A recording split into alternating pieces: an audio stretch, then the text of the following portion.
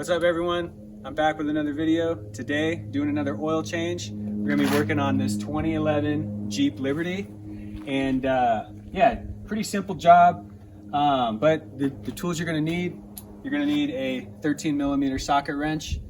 We're gonna need 5 W20 oil, 5 quarts. I got high mileage because this car has a little over 150,000 miles. A Fram oil filter. You don't need a Fram, but a new oil filter. I went with a Fram. Oil pan to catch the old oil. A funnel to go ahead and put the new oil in. Shop rag. And a tarp to put underneath the car when you're draining the oil, just so you don't get any spills or drips or anything on your driveway. So let's go ahead and get in it. All right, so first order of business is I like to get the car up on ramps. I'm using some Rhino ramps. You can get these at Amazon or AutoZone. Really good stuff, makes it really nice to get underneath. If you do put it up on ramps, I recommend putting some blocks behind the rear tires just to give it some more stability. This car is also gonna need some new tires. You can see right here, if you see this little line in the tread, it is time for some new tires. So, I'm not gonna show you how to do that today, but definitely something to look for. All right, so first order of business. And these cars are just not like Toyotas. At full disclosure, I love working on Japanese cars, Toyotas in particular. They're so easy. But right here, you wanna start here, get the engine oil cap off. And this one, you kind of have to jimmy it off. But there you go, get it off. And then that's just gonna help with draining the oil. Next, take your oil pan, take your 13mm socket, and we're gonna get under the car at this point. And I'll meet you back here and I'll show you how to drain the oil. Okay, so here we are underneath the car, and the oil pan is right here. And this bolt, the drain plug, is a 13mm.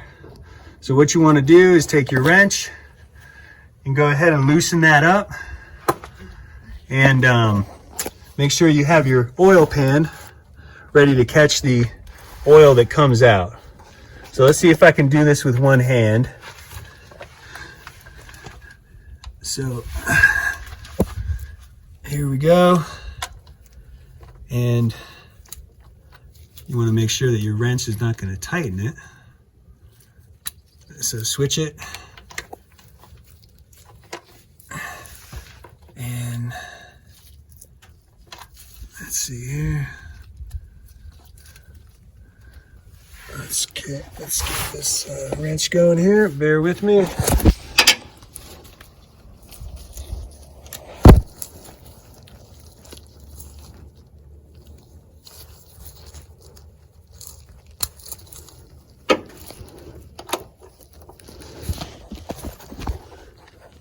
Okay, very important. You want to make sure you're going the right way.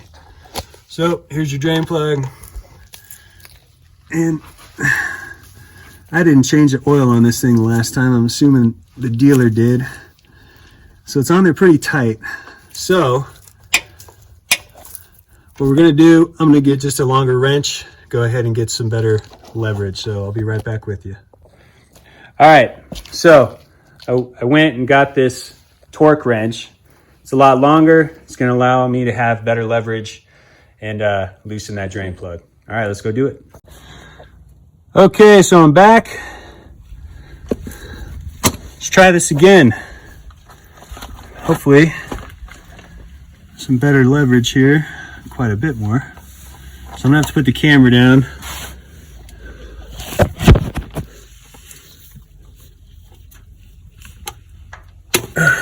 There we go.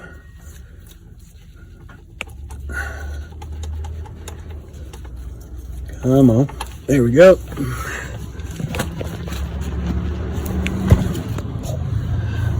Apologize everyone, it's hard doing this with one hand, but once you get it loosened up, you can just undo it with your hand and you'll watch the oil come out.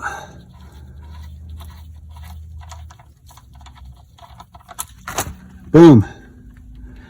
And that's the importance of a tarp, because I spilt a little bit, but hey, no big deal.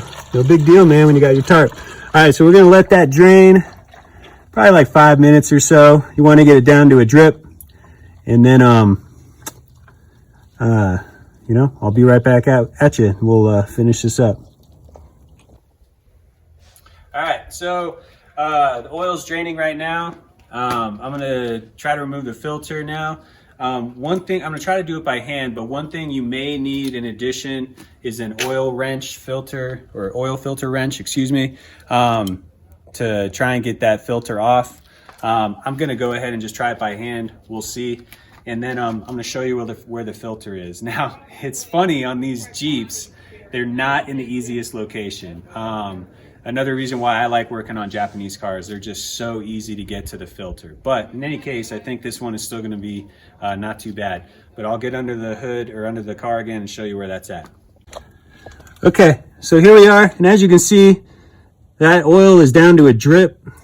So, you know, what we're gonna do is we're just gonna put the oil plug back in.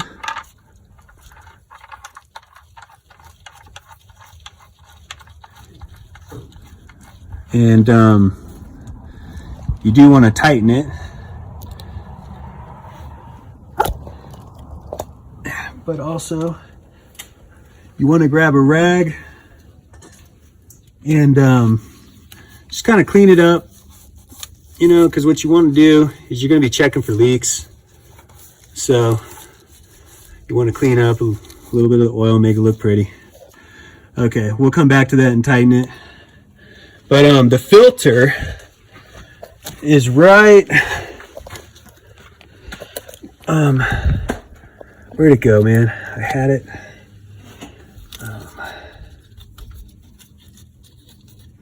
Oh, it's back here. So it's right, this little thing catches drips, but if you can see it, it's right, that blue thing right there. Okay, so you can't really get to it from here, but you can come around by the radiator through this way, and there we go. See where my hand is? Yep, there's a good shot. That's the filter, and it does come off with my hand. Wow, nice. So it is going to drip. Nothing you can do about it. Whoa, whoa. Got on my phone a little bit. That's okay. Oh man, there's a lot coming out of this thing. Good thing I got the tarp. All right, see how that thing's catching the drips? All right, so I'm gonna need to clean up here for a sec, but we got the filter off. Be right back. Okay, so here we got our new filter. Again, I got a Fram. You can just go to AutoZone or your auto parts store, and they usually have a book. You can look up your year, make, and model of your car, and it'll tell you which one to get. This one for the Fram is PH 10575. And you just stick it back up in there. Now what you want to do though, is you want to take some fresh oil and just get a little on your finger, you know, and put it around the gasket here. It just helps giving it a nice seal so you don't have any oil leaking out, but it also, I've heard, makes it easier to get off when you go to change it. Who knows if that's true, but it does help with seals. So next, you just want to go and stick this back up where the old filter was. And now what you want to do is you want to get this, you know, it's threaded, so you just want to like screw it on until this touches, makes contact with the base of where you're screwing it onto, and then you want to turn it 3/4 of a turn from there, and that'll be tight enough. So let's go ahead and get underneath here and put this new filter on, okay? So here we are. Now, you know, I've heard a lot of hate on Fram, and I don't know why. I've never had a bad experience with Fram, and plus it's nice and bright and orange, so it's easy to locate, you know, when you're changing this again. And I just noticed there's some kind of weird netting here. I don't know what that is. Maybe you can take that off. Anyway, so let's put this bad boy back up in there. So again, it's kind of hard to see, but it's right there. Right here. Okay? So, let's go ahead and get back up in here.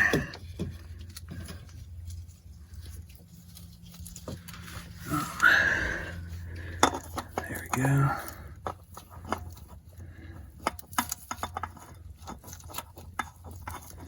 It's a little hard with one hand, sorry y'all. I'm gonna have to put the phone down here for a sec. Whoop.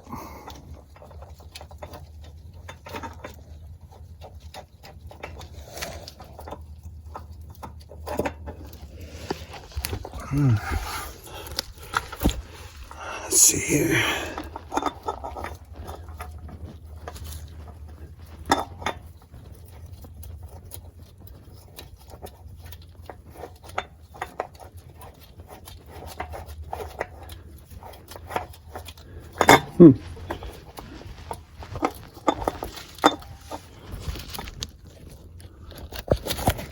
Well, it's a little tricky, but hold on, I just got to readjust.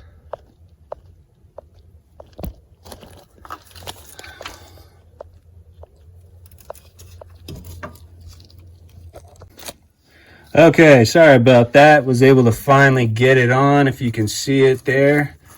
Again, nice thing about the frame is it's nice and orange. Okay, so I've got it making contact. So now 3/4 of a turn. So the way I do it is, you see this writing right here on the filter. You know, when you start to turn it, if you see that again, that's a full turn. So you want to do 3/4. So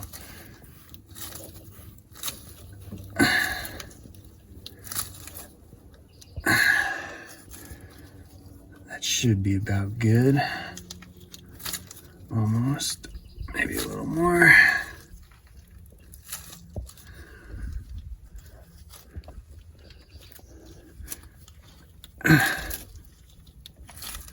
Okay, I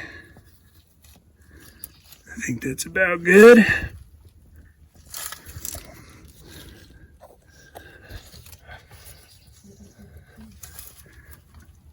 All right, man. Next, we just gotta put the new oil in. All right, so this is where you need your funnel. If you wanna look over here, very easy. Remember, we took this cap off. So we're gonna just stick the funnel right in there. That's where we're gonna fill the oil, or pour the oil back in. Now the owner's manual on this car says it takes 5 quarts, which this is exactly 5 quarts. However, I like to play it safe. You don't wanna overfill. So I'm gonna put 4 quarts in, and then I'm gonna check the oil level with the dipstick right here. You know, so I'll take it off the ramps and so it's level, and then we'll check the oil. So all you want to do is pour away, man, and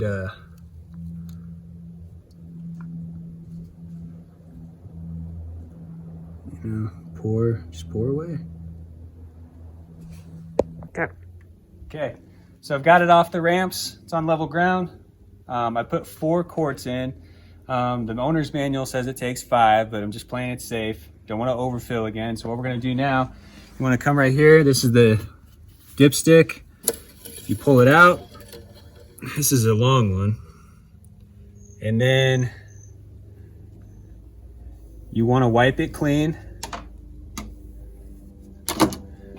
You want to stick it back in and then pull it back out and read it. I'll show you what you're looking at here. Stick it back in, wait a few seconds. 1, 2, 3. So it's maybe hard to see, but it says add and safe, and you want to just check the level. So if you can see here, it's a little below add, which means we got to add some oil, okay?